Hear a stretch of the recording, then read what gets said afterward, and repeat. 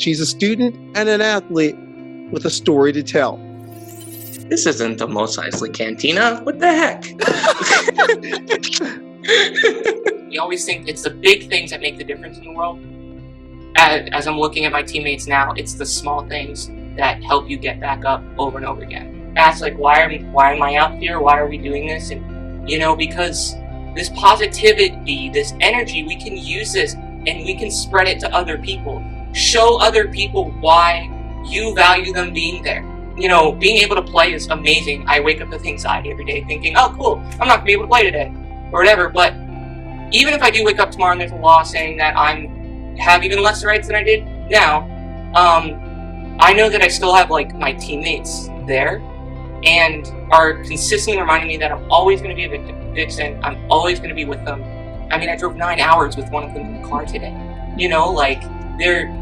They're my family. In 2022, as the furor over Lia Thomas was reaching a fever pitch, I had an opportunity to interview another transgender woman in collegiate sport who was making her debut with her team that same weekend. Her name, Erica Smith.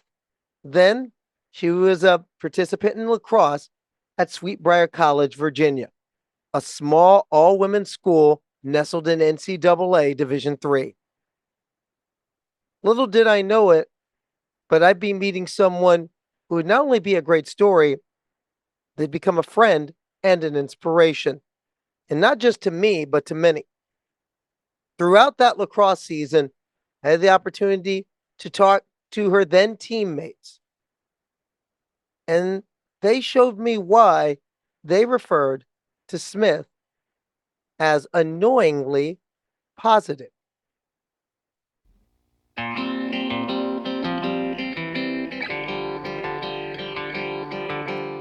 She brings really good energy to everything.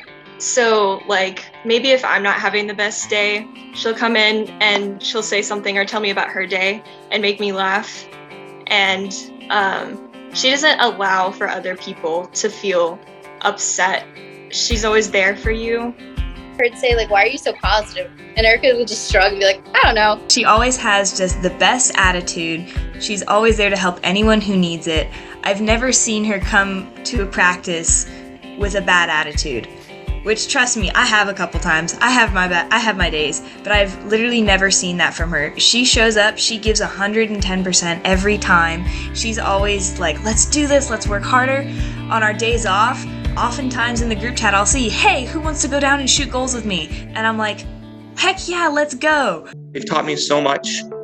They've done so much for me. I had my team captain of my field hockey team drive me to my appointment to get bottom surgery in Philadelphia, 7 hours away, stay with me in the hotel, and then 2 more team captains coming and picking me up, driving me back, and taking care of me like every other day. And they didn't have to. No one was requiring them to, but they were doing it because they were like, Erica, you're our teammate. This is what we do. Going into the hospital was really hard for Erica, and it was really hard for me to see her like that when she woke up out from surgery, because what we didn't know is that they had just rechanged their visitor policy a couple days before due to COVID, and there was nobody in your hospital room, no visitors whatsoever. But she had a lot of anxiety. I stayed in the post-surgery room for as long as I possibly could, trying to talk to the nurses. I was like, she's a sexual assault survivor. Like, these are mental health issues. Like, she needs a care person. I know, like, is there any way we can make a medical exception for the mental health issues that are here? Because there was specifically things on the list that said that exceptions could be made. And I walked through every single one with them. And I was like, all right, there's this. And they kept saying, there's nothing we can do. And I was like, can you not see that she's freaking out right here? And then one of the nurses afterwards, after they I exhausted every option to stay with her so I could keep her calm until the meds were off and she could come to a little bit more. One of the other nurses pulled me away and she was like, I have never seen someone A, advocate for their friend that much, and B, simultaneously keep them calm while I knew they were stressing out. I got back to my car and I started bawling. That was one of the toughest things that I had to do. Everything else was fine after that. It was just seeing Erica so stressed and not being able to do anything about it.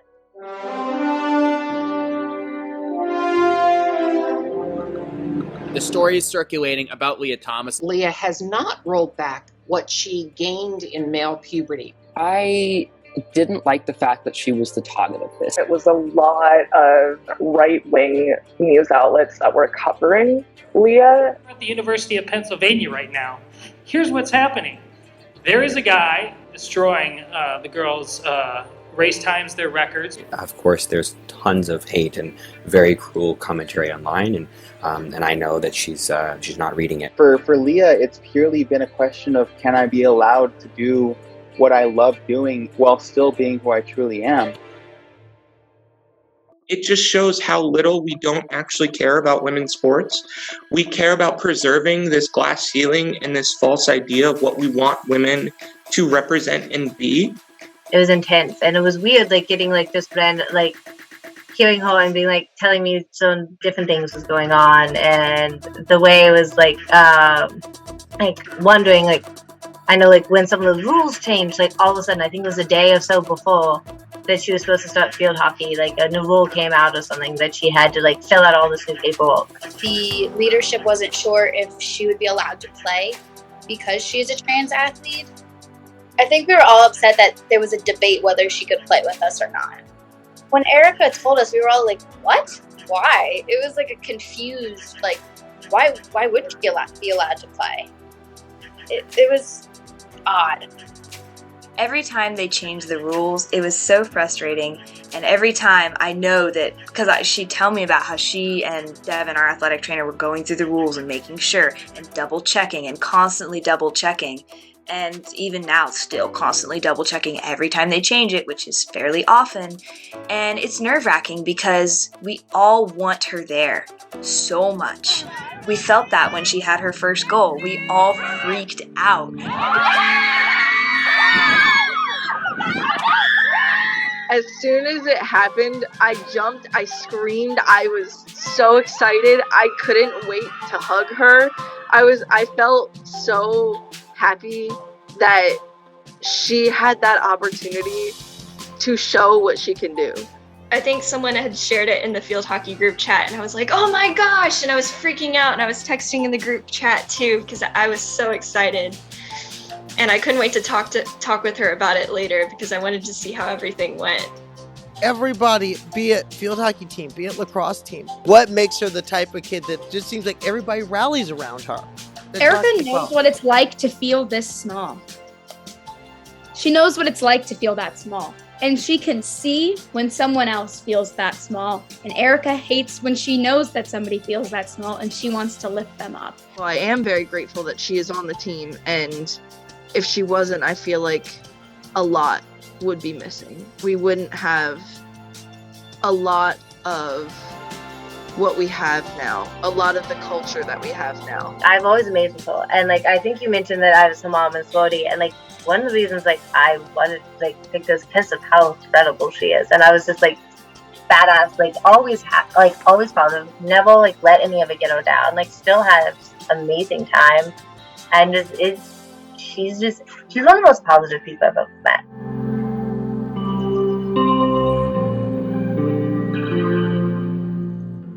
With us now on Transposition Sports, Erica Smith. It has been too long, girl. It's been too long. Yep, about 2 years. Now, in the 2 years since the lacrosse game, we just saw it in the feature, along with your teammates from back in 2022. What's happened to you? Where you been? I want to say like I really wasn't doing anything, but then I think back of excuse me, I think back of like what I was doing because the goal was like, all right, due to circumstances outside my control, I had to leave Sweet Briar, and I was like, all right, well, I'm going to save up some money, go back, and because I had all my friends, I still was planning on going to med school, and then that summer, I ended up working as a head nurse at a camp in northern New York, and then I ended up getting a job as a professor teaching medicine, which I am not a doctor. I plan to be one day, but it was like, okay, I'm teaching. Granted, it was like emergency medicine, but I was now like going and teaching after like I had just been a student. Now I have my own students and curriculum, and I was teaching, and then I was also like a phlebotomist for a bit, traveling around everywhere, and then I was like working for a fire department for a little bit.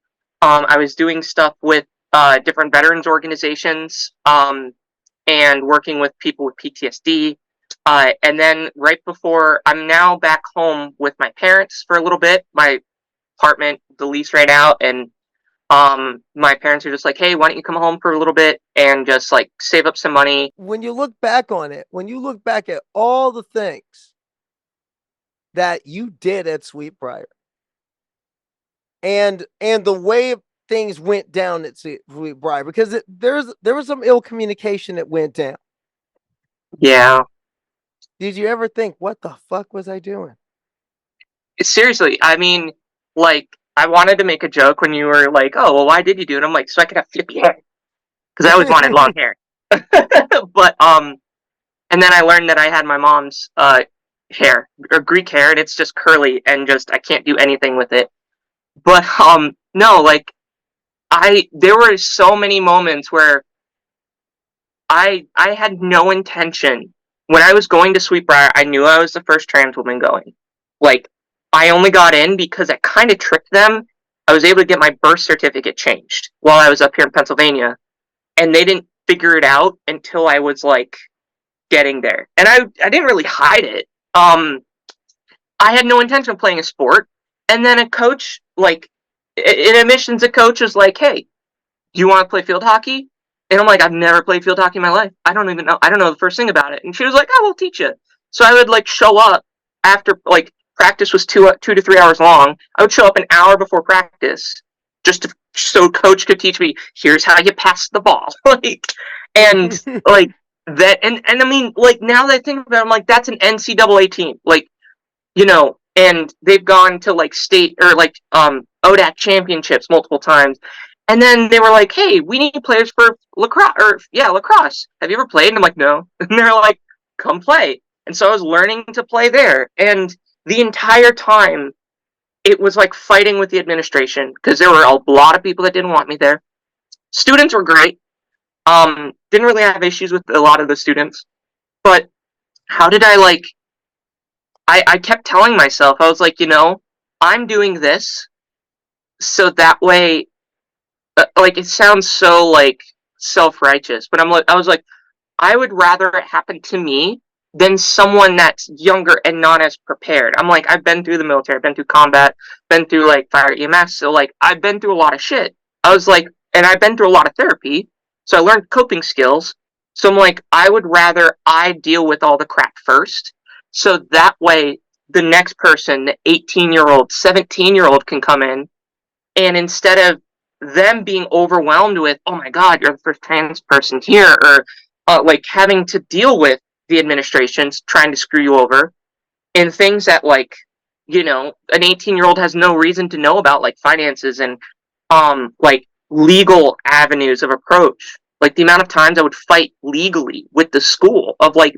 this is a law, you can't do this, and they'd have to backtrack. Like they were trying to keep me out of the dorms. Even though I was supposed to I had a dorm room assigned to me. And then when they found out I was trans, like a week before showing up, the assistant dean's like, no, sorry, we're going to move you into this house on campus. And I was like, but I want to live in the dorms because I wanted to live around people, not be outcasted away. And it took a whole semester of fighting that. for them to finally be like, okay, fine, we'll move you into the dorm. And they stuck me in the basement. And they stuck me in the basement of a dorm on my own. But the next year I fought it so hard that I finally had a roommate. And like, I was in a regular dorm, and that roommate, Ingrid Stacia, is still one of my best friends. I played field hockey and lacrosse with them. And we're actually looking at getting an apartment together soon. And it's like one of the best and worst experiences of my life. All the people that was in the introductory piece for this, you're still friends with them. Oh yeah, I was a bridesmaid for Teresa TC because I can never pronounce her last name, but she was one of the people that drove me up to get surgery back in 2021. She drove 16 hours and stayed with me a whole week during classes while I had to stay in a hospital to recover, and she like took care of me that entire semester and was one of my first friends that I met at Sweet Briar. And back in April, she got married, and I was one of her bridesmaids, which was a fantastic, like, that's one of the things where I'm like, I don't think I'd ever thought I'd have that experience. And it was a wonderful experience. And, like, just, you know, Katie Reynolds, she was a field hockey player from Australia that came to play at Sweet Briar, that she stayed with me in surgery. I literally call her randomly at like 3 a.m. here because it's like 8 a.m. there because she's back in Australia. And I still call her randomly at least once a month to talk. Like, so many people I'm still friends with. We have a D&D group that we've been running since my first year at Sweet Briar in 2020 that we still meet and we still have a group chat and talk to. Like, for all the ill will that happened at that school, when I was leaving the area about a month ago, I went to visit some people there just to kind of say goodbye. Even though, like, I had a little bit of resentment and negative feelings at the time, I just found myself on campus walking around talking to, like, the mail lady for an hour and a half, or talking to my athletic trainer for over an hour. Just talking, and you know, she was telling me how, like, because she did she presented a thesis at the National Athletic Training Convention on treating trans athletes for NCAA, and I was the subject of it because she had to treat me. And joking about, she's like, I don't know how I kept you alive and together, because every other day I was in the athletic trainers like, Devin, fix me. I'm broken. The girls are beating me up, and I don't know what to do on the field. And she's like, "You have to hit back, Erica." I would love to talk to Devin because I've gotten beaten up a little bit too, because, you know, girls are rough. People don't realize that. Being on a collision sport is hard. Mm-hmm. It really is, and lacrosse is a collision sport. Well, the only protection we have are little eye goggles. Yeah. But thing is, and then you have men's lacrosse where they have body armor and stuff. And I mean, and here I am back out here playing full contact football, and it's, by the way, hey, you ever want to try something? Do that. No, I'm good. No, but the funny thing is, remember, we shared a stage at New York Pride. We did. And I mean, that's where the story has really gotten intertwined. That stage at New York Pride, and you just being you, of course, being you. I don't remember what I said, so. all positive, being you. And I was there with you, and I just remember hanging out. We were hanging out, and I was like, yeah, okay, now I see where it all comes from. That night led me to, in a lot of ways, your example led me to a decision that I made the next day. Because the next day, drove back early out of New York City, got back to Connecticut, switched into some Pride gear, went to West Hartford Pride. I met Reapers Women's Football that day. That's when I met a lot of people who would end up changing my life from there forward. And you part of the told me reason this. why I decided to, and at first I was like, I thought there's no way they're going to let me play. And then they told me, oh no, you can play. Mm-hmm. And at that point, I left there thinking, nah, there's no way. Nah, that's a pipe dream. But in the back of my head, I hear you say, why not? What? Why not? Because Yeah. there was just, because of what went down that night and what you were telling the people at the Outsports panel for New York City Pride the night before. Just the whole message of how important team is. You inspired me to take that leap. Like I said, you told me this the other night, and I didn't believe you. I still don't really, because like I didn't do anything. I just it feels like I didn't do anything. Like they offered me, a field hockey and lacrosse stick, and they were like, "We're willing to teach you." One of my best friends, Emma Alexander, first day of field hockey practice, we were like supposed to just be passing the ball together and like everything. She was a brand new freshman at Sweet Briar, had no idea who I was. I didn't know her. And she just came up to me because I'm standing there like holding my stick, and she was like, "Hey, do you know how to pass?" And I was like, "No, absolutely not." I was like, "Can you show me?" And she was like, "Yeah, come on." And she spent the next 10 minutes showing me like how to pass the ball, and she did it. Granted, unsurprising, she's a teacher now.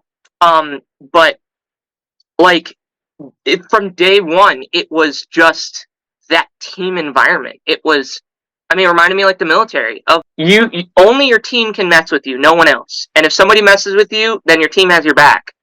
And that's how you really find the difference between like you said, building that team community, building that group cohesion, the toxic teams versus the successful teams. The toxic teams have a competitive mindset with each other and not the other teams, whereas the successful teams, whether they're successful and they make all the scores or not, I always judge a successful team by, do your players want to show up the next day?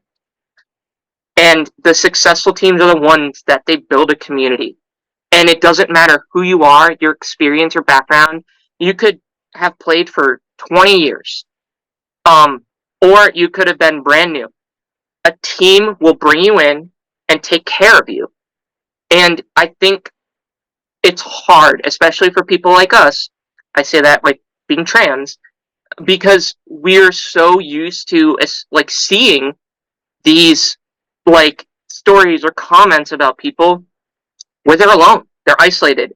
And we are shown in this idea in the American culture of like, oh, pull yourself up by your bootstraps and like that one person overcoming all odds. But I think we forget a lot that in order for that person to overcome these odds, they have a huge community behind them somewhere where they're helping pick up the pieces. We were joking earlier, like I had a lot of nights crying. I had a lot of days and nights where I wanted to give up. I wanted to hand in my stick and go to coach and be like, "Coach, I'm done.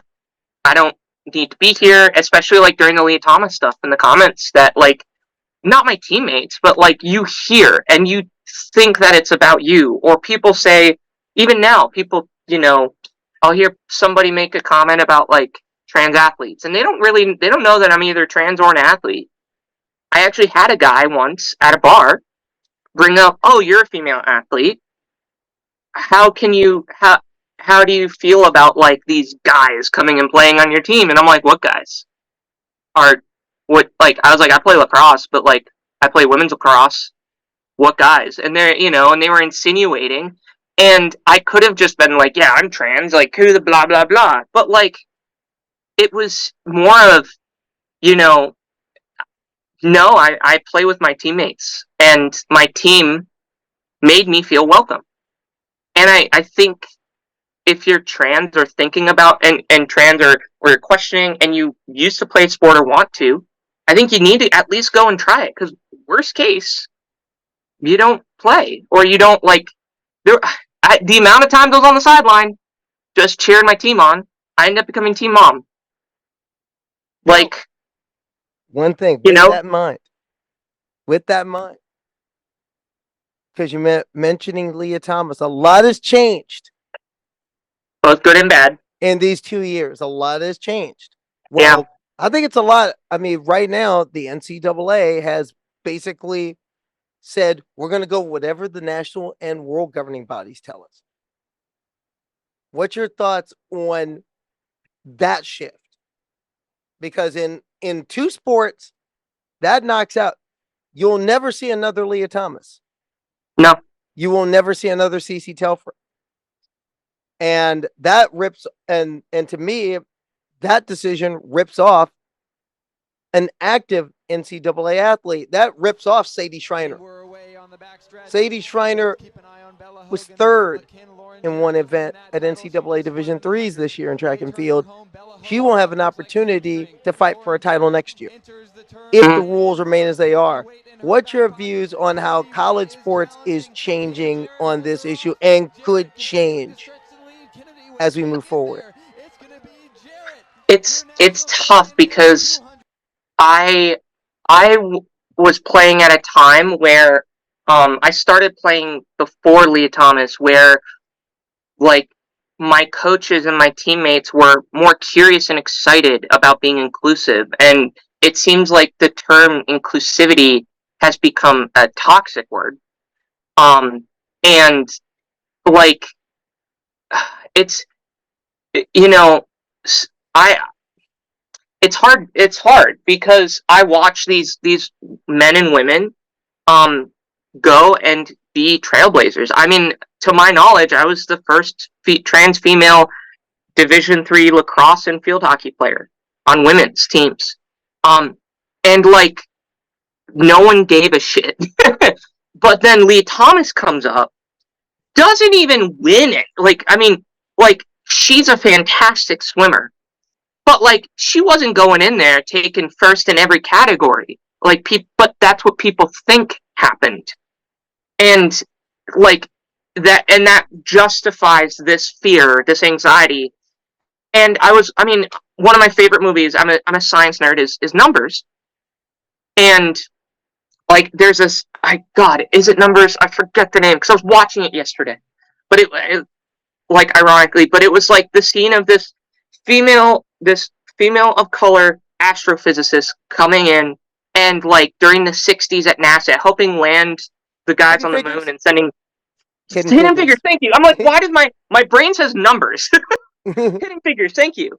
But yeah, and so like she's getting yelled at because where have you been? Like, oh, I went to the bathroom. It's a half mile away. And the bathroom scene.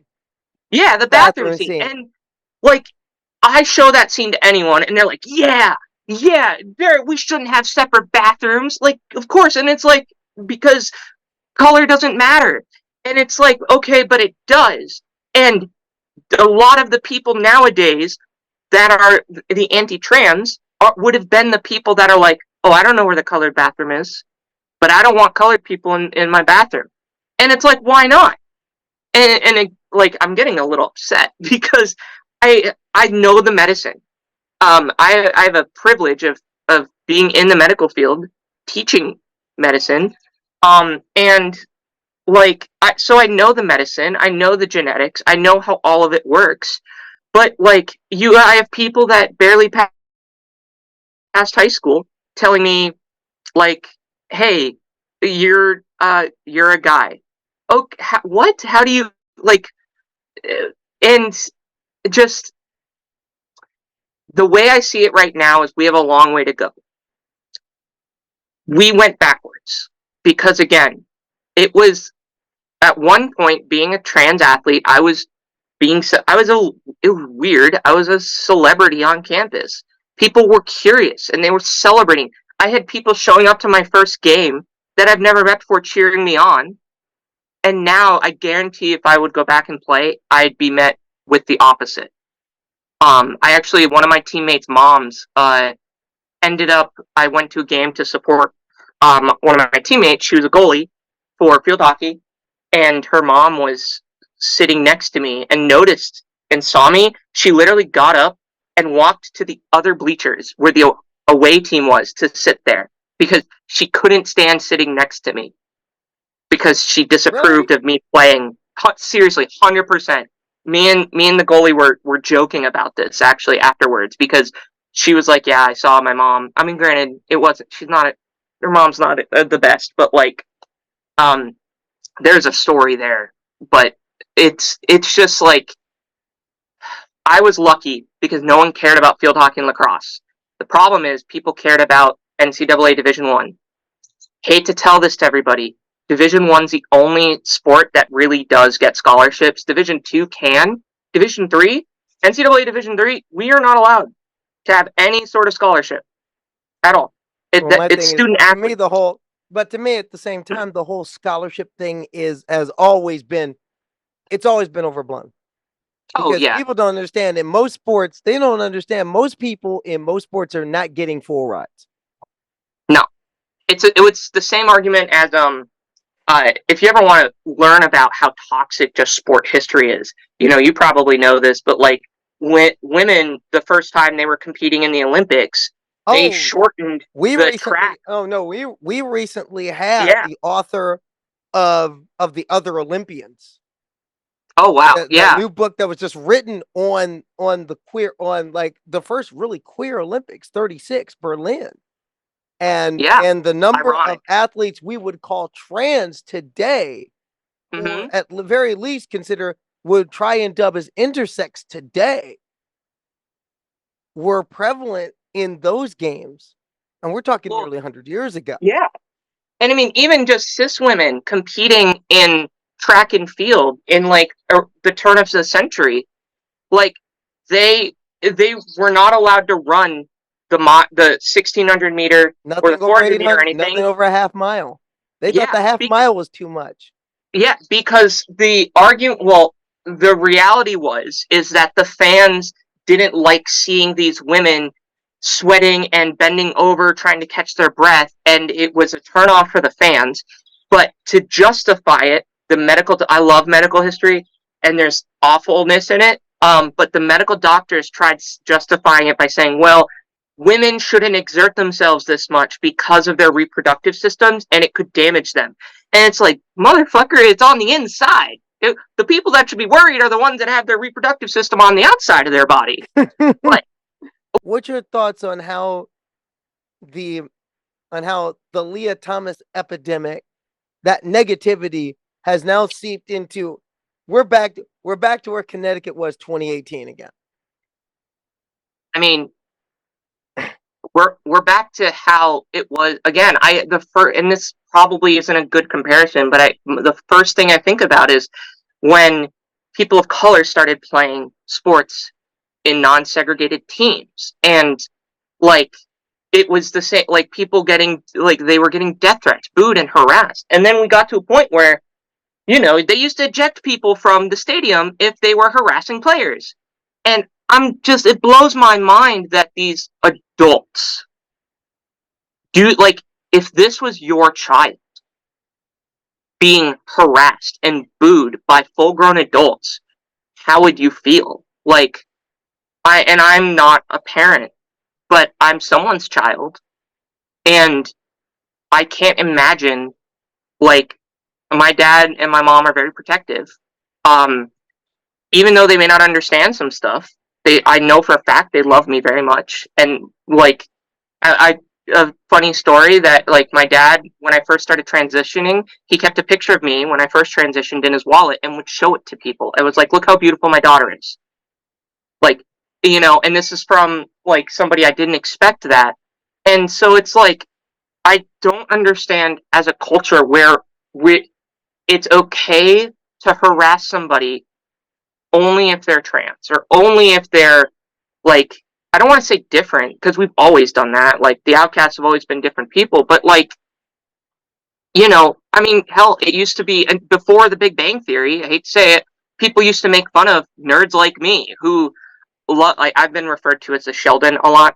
My best friend is a physicist. My other best friend is literally a master's in computer science. I love science and physics, and I have a minor in astrophysics. And I'm when I was a kid, I was literally beat up for that, for being a nerd. Oh. And now it's because Big Bang Theory or whatever, it's oh, haha, that's great. You're a nerd. That's so cool. And remember our first interview we ever did. This isn't the Mos Eisley Cantina. What the heck? Karleigh Webb transpositions tradition has to come into play right now. Okay. Because you see, there's something we do at Transposition Sports, especially when we have guests like you on. Wait, what does that mean? Guests like me? Because well, you say guests like you. You see this. We Transposition Sports. We show highlights. Oh no. And we show yours. I don't like it. And we oh see no. yours. I know that's Sweet Briar College 2 years ago. A little bit of move. Walk me through it, because this was special for you. It was my first goal. I'm setting up a play there, and I literally have one of my teammates being like, all right, Erica, run this way. She's like telling me where to run. And I'm like, okay, all right. Because she passed it to me. And I'm like, I don't know where to go. So she's like guiding me to like the side to try to get into the pocket. So there, she switches with me. I run in. I knock someone down. And then I score. One of my favorite people, Mackenzie, screamed so loud at that moment when I got a goal. I hate you for showing me that. Well, you know what? Like I said, we show highlights, and I'll share one of mine. My first touchdown this season. Perfect. I'll give you mine. I'll show you one. It was against New Hampshire Rebellion, May 11th. May 11th. We're already up 28-0 after we're up 14-0 at half, and then we just started, and then just the offense just kept rolling, and I just want this team. And we call full house backfield, running out of that wishbone. Simple power play. Tina Valentino in the lead, Tanaja Bostic in the lead, and there I go. Yeah, there you go. Nice. Then got caught up by the turf monster after scoring. Of course. And this is the hard part. Getting up is hard.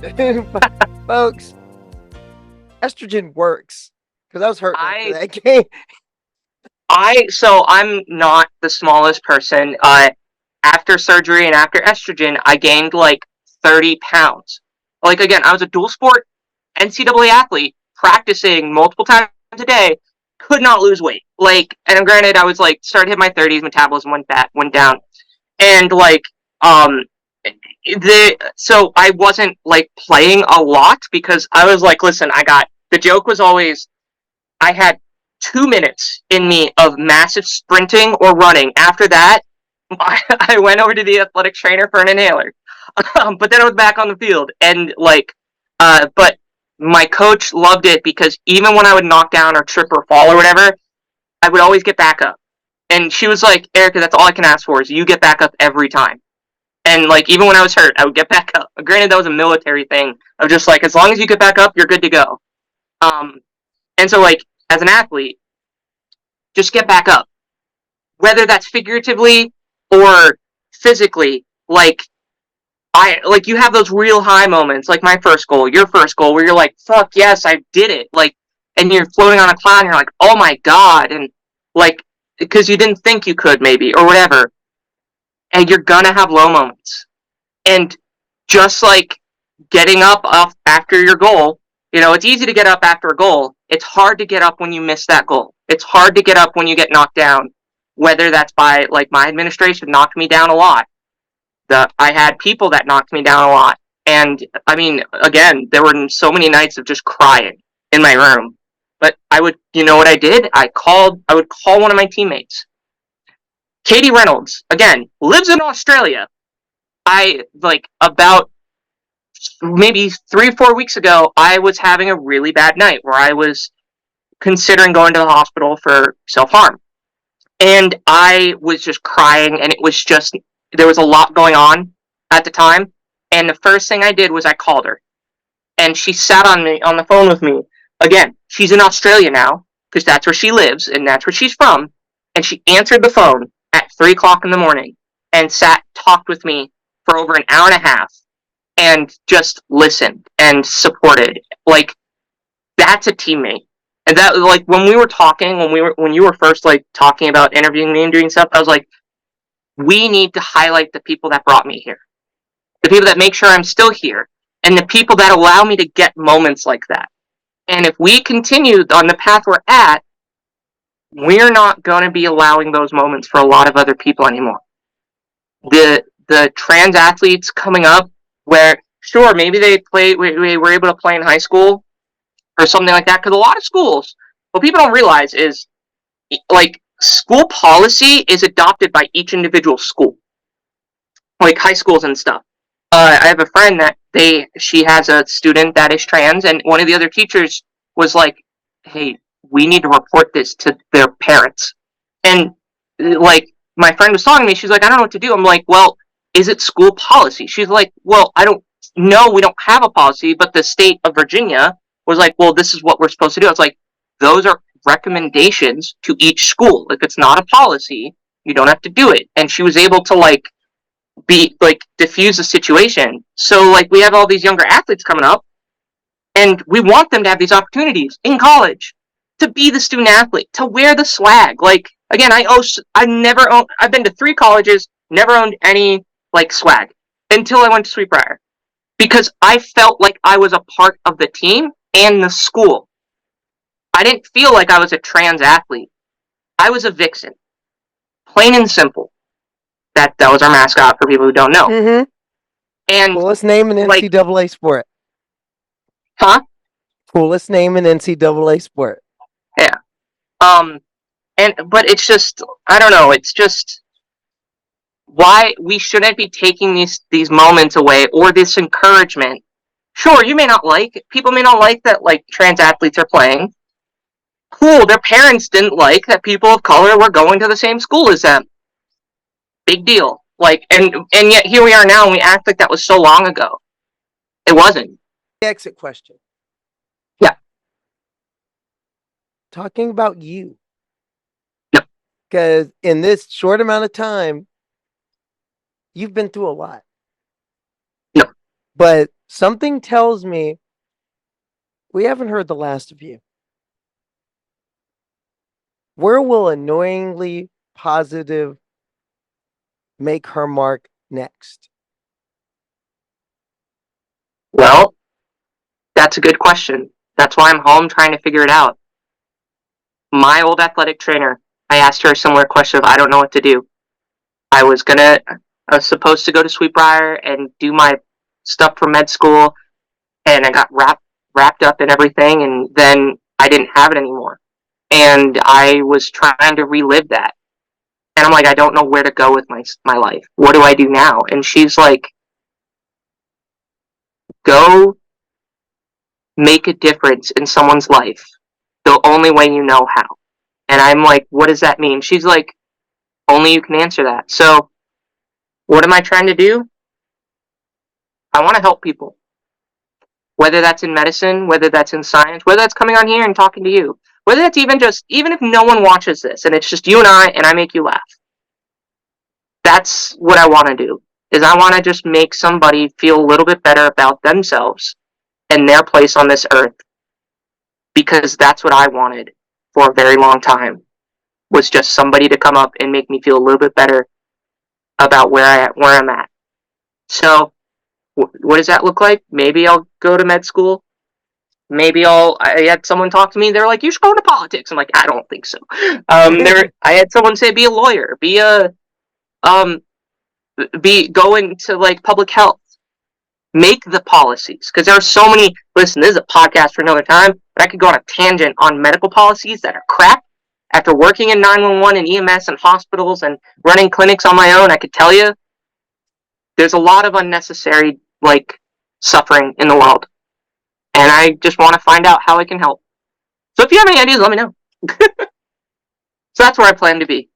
To just make the world better somehow. No, the world could use, and especially the trans community could definitely use, some annoyingly positive right now. Eric Smith, thank you for joining us on Transposition Sports. And just know, we want you back. Thank you.